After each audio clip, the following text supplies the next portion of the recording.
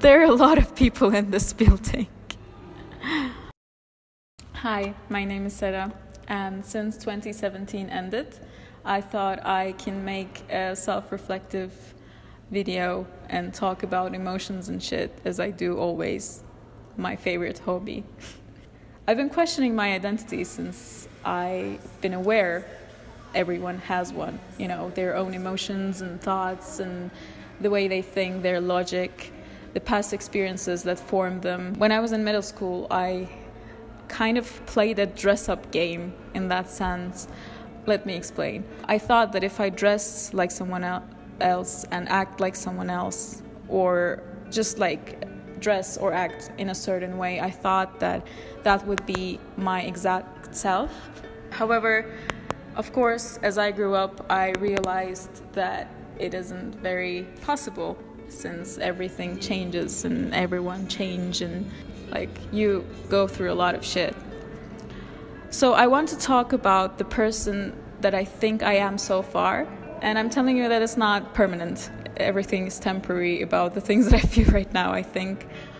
But as I grow, I realize certain traits of me that are always there.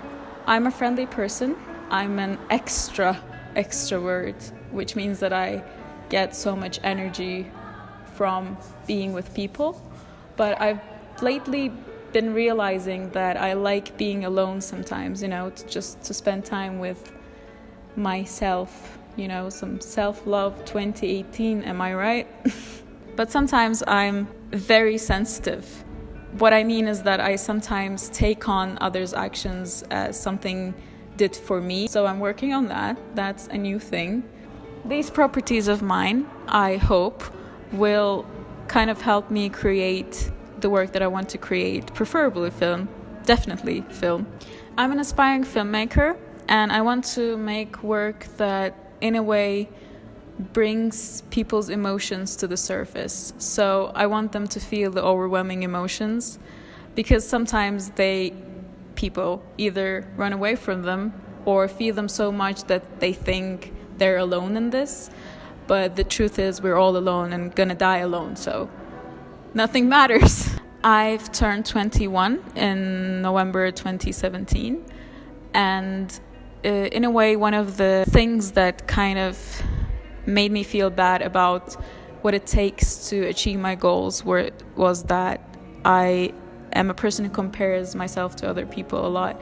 And I know that it's not helpful at all, but it kind of happens sometimes. But I compare myself regardless of the environment the people I compare myself to are in, and regardless of the environment I'm in. Instead of comparing myself, I'm trying to be inspired. So realizing that it's not a helpful trait of mine is like the first step of doing my own shit and minding my own business. In a way, controlling anxious thoughts about these topics is important and healthy, and just for yourself, doing all of these things just for yourself. But of course, there's also another point in this, is that too much analyzing of your emotions and logic is also not very healthy, in a way that you kind of forget living.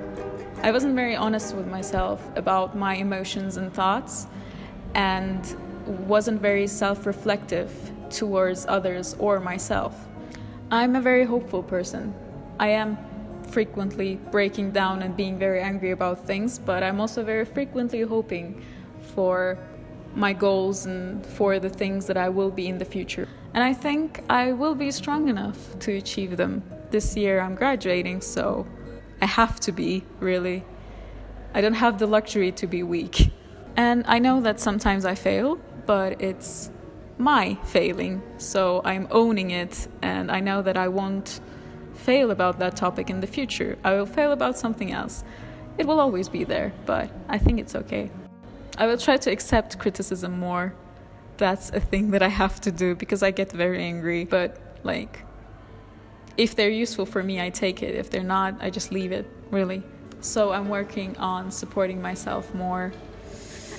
I don't know, just life and stuff. I'm just gonna go now. This was weird. I'm gonna just leave this place. Bye. Want to say something?